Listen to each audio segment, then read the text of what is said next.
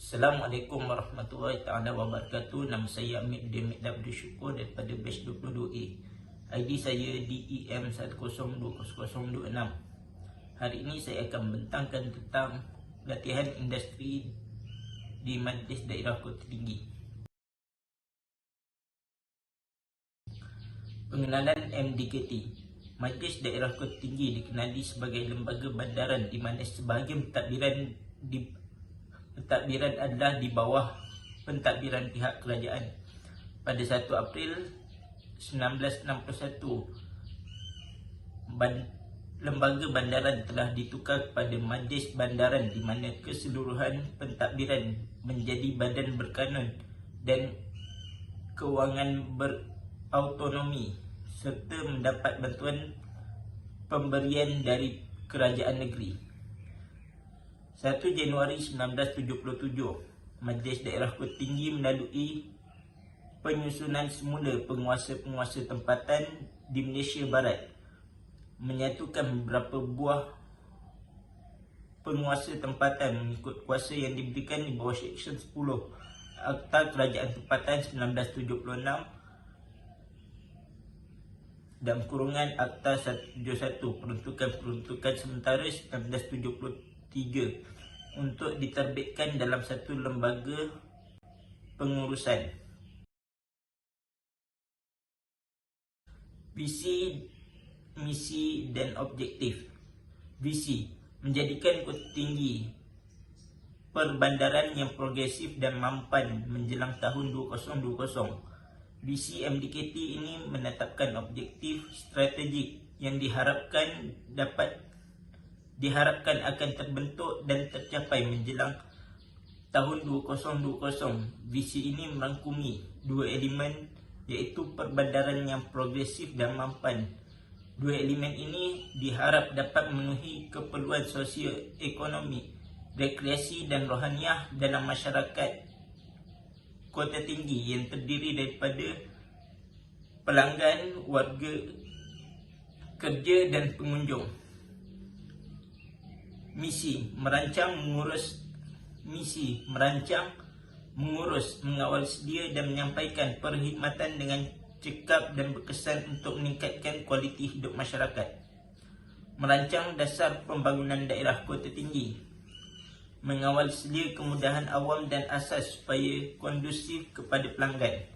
Menyampaikan perkhidmatan yang lebih efisien dan mesra pelanggan.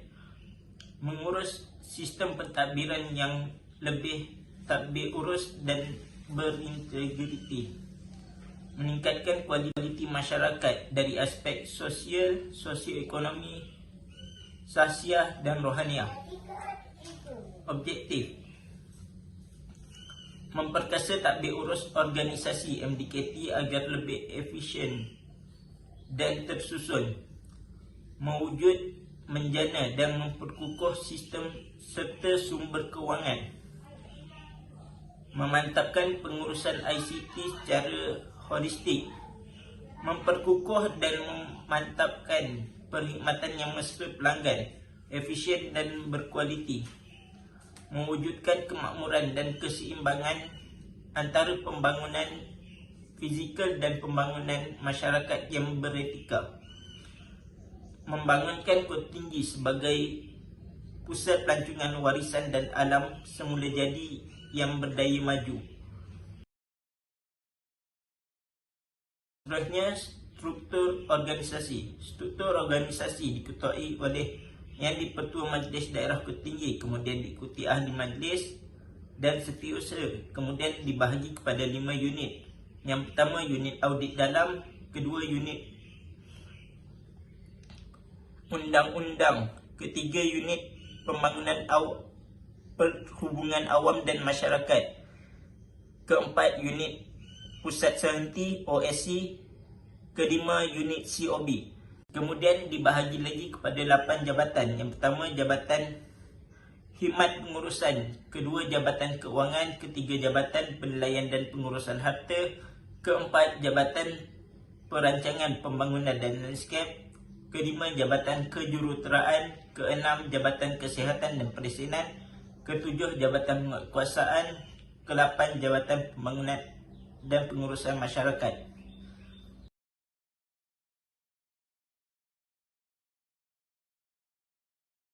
Produk dan perkhidmatan yang ditawarkan. Yang pertama, urusan penguatkuasaan undang-undang di bawah peruntukan akta dan undang-undang kecil yang diguna pakai. Kedua, urusan memastikan premis-premis perusahaan penjaja dan trade makanan mematuhi syarat-syarat perlesenan yang telah ditetapkan. Ketiga, urusan-urusan tindakan penguatkuasaan ke atas orang awam di bawah peruntukan akta dan undang-undang kecil yang diguna pakai. Keempat, mengalih, meroboh dan menyita apa jua halangan dan kacau ganggu. Kelima, urusan memastikan keadaan persekitaran bandar bersih dan teratur dengan menjalankan pemeriksaan dan rondaan berkala. Seterusnya, urusan membantras pertumbuhan peniaga-peniaga yang berniaga tanpa kebenaran MDKT. Akhir sekali, urusan bekerjasama dengan jabatan atau bahagian lain dalam membuat tindakan penguatkuasaan. Analisis syarikat terbahagi kepada 4. Yang pertama, kekuatan. Kekuatan ialah sumber atau kapasiti yang boleh digunakan oleh sebuah organisasi dengan berkesan untuk mencapai objektif syarikat. Ia juga secara umumnya amat penting kerana Majlis Daerah Kota Tinggi merupakan perantara yang penting bagi melaksanakan segala dasar dan program-program kerajaan di peringkat daerah. Kedua, kelemahan. Kelemahan menghalang Majlis Daerah Kota Tinggi daripada berprestasi pada tahap optimumnya. Mereka adalah individu yang gagal mematuhi arahan pihak penguatkuasa, perlu diperbaiki untuk masa yang akan datang. Ketiga, peluang. Peluang merujuk pada faktor luaran yang menggalakkan yang boleh memberi organisasi kelebihan daya saing. Keempat, ancaman. Melalui perkembangan politik, ekonomi dan sosial serantau serta global, maka wujud cabaran serta tuntutan untuk memenuhi elemen-elemen baru dalam pengurusan pentadbiran daerah dan PBT. Tugasan saya semasa praktikal. Yang pertama, memasukkan data pembayaran kompaun. Kedua, menjaga kaunter jabatan penguatkuasa. Ketiga, membuat buku poket bagi kesalahan-kesalahan yang boleh dikompaun berdasarkan Undang-Undang Majlis Daerah Kota Tinggi. Seterusnya, menulis laporan kompaun yang dikeluarkan bagi setiap anggota penguatkuasa. Seterusnya, membuat pemantauan kupon parking bagi memastikan tarikh, tahun, bulan dan hari yang betul. Seterusnya, mengeluarkan kompaun pada kenderaan yang diletakkan di luar petak yang dibenarkan oleh MDKT. Seterusnya, mengeluarkan kompaun kepada kenderaan yang gagal mempamerkan kupon parking. Analisis kes. Tidak mudah berkomunikasi dengan orang lain. Sukar untuk saya berkomunikasi dengan orang lain kerana suasana baru di tempat kerja. Selain itu, terdapat juga pelanggan dari pelbagai negara seperti Singapura, India dan lain-lain.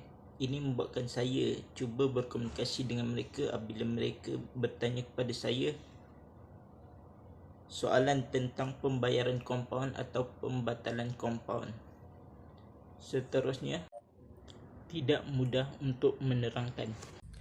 Sukar untuk saya menerangkan sesuatu yang baru apabila saya mendapat pelanggan yang sukar untuk memahami bahasa Melayu, akan tetapi saya sentiasa mencuba untuk menerangkan dalam bahasa Inggeris. Seterusnya, refleksi. Yang pertama, tidak mudah berkomunikasi dengan orang lain. Tindakan yang saya lakukan untuk masalah tidak mudah berkomunikasi dengan orang lain ialah saya Membiasakan diri untuk bertanya kepada anggota penguatkuasa yang lebih berpengalaman. Kedua, tidak mudah untuk menjelaskan.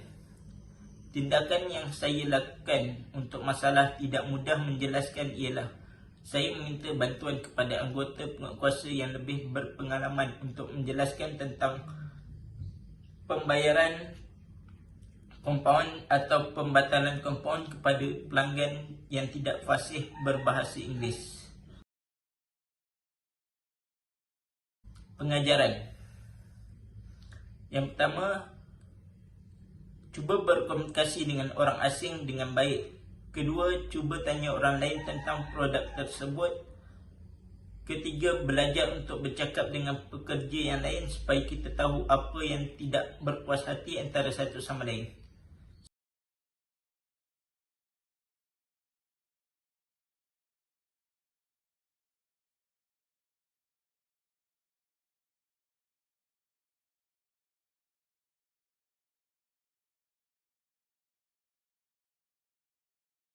Sekian, terima kasih.